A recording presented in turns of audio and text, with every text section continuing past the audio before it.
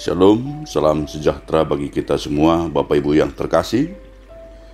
Untuk menyambut pagi kita pada hari ini, marilah kita mendengarkan firman Tuhan. Sebelumnya, marilah kita berdoa. Damai sejahtera Allah yang melampaui segala akal, itulah kiranya memelihara hati dan pikiran saudara di dalam Kristus Yesus, Tuhan kita. Amin. Firman Tuhan pada hari ini, hari Jumat tanggal 12 Agustus 2022, terambil dari Injil Yohanes pasal 1 ayat 16. Demikianlah dikatakan di sana. Karena dari kepenuhannya kita semua telah menerima kasih karunia demi kasih karunia. Bapak Ibu yang terkasih, sesungguhnya kita semua orang percaya sungguh membutuhkan kasih karunia dari Tuhan. Keselamatan kita datang sebagai kasih karunia Allah, tetapi hanya dapat diterima oleh tanggapan manusia melalui imannya, yaitu iman kepada Yesus Kristus adalah satu-satunya syarat yang diminta Allah untuk keselamatan.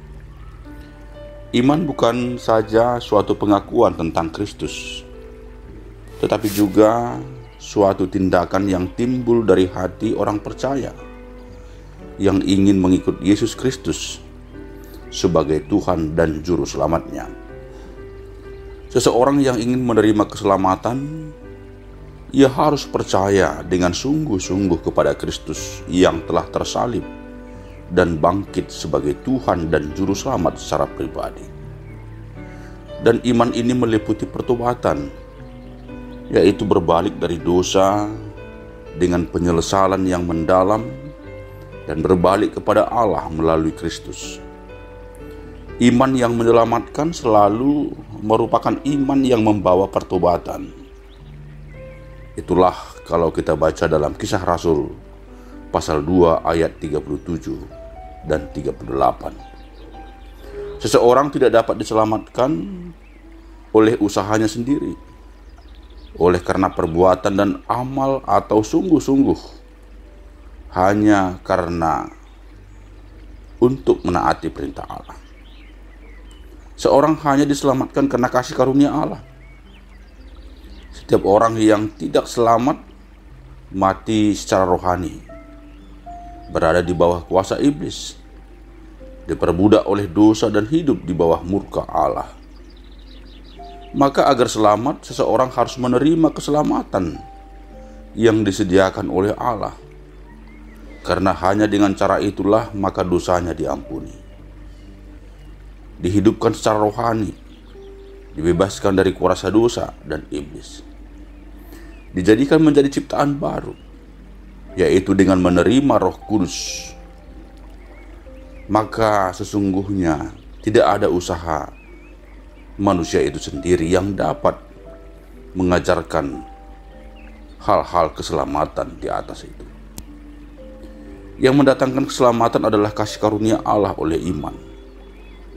Pemberian kasih karunia Allah ini meliputi panggilan untuk bertobat dan harus beriman kepadanya.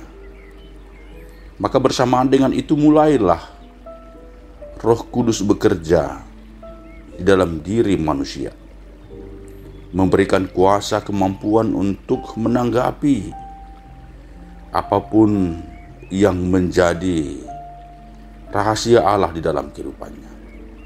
Dan mereka yang menanggapi iman dengan bertobat serta menerima Kristus sebagai Tuhan dan Juru Selamat, hidupnya akan diperbaharui. Ia dilahirkan kembali oleh Roh Kudus. Mereka menjadi ciptaan baru di dalam Kristus, dan mereka menerima kasih karunia secara terus-menerus dalam menjalani kehidupannya. Itulah juga yang disampaikan oleh firman Tuhan hari ini. Karena dari kepenuhannya kita semua telah menerima kasih karunia demi kasih karunia. Artinya itu diberikan kepada kita setiap saat, setiap hari, setiap bulan, dan setiap tahun. Akan Tuhan anugerahkan berbentuk-bentuk, berbagai-bagai kasih karunia Allah yang Dia berikan bagi kehidupan kita. Maka seharusnya kita semua adalah orang-orang yang sepatutnya bersyukur kepada Allah.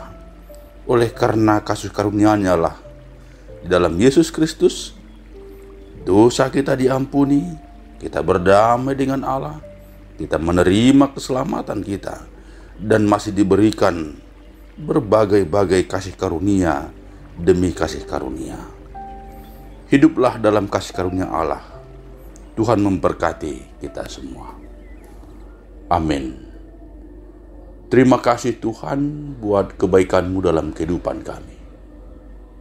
Kami tahu pemeliharaan Tuhan sungguhlah sempurna.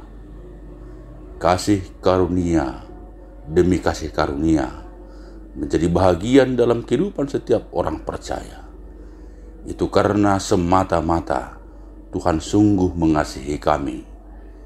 Ajarilah kami untuk terus percaya kepada Yesus Kristus sebagai Tuhan dan Juru Selamat kami yang hidup itu.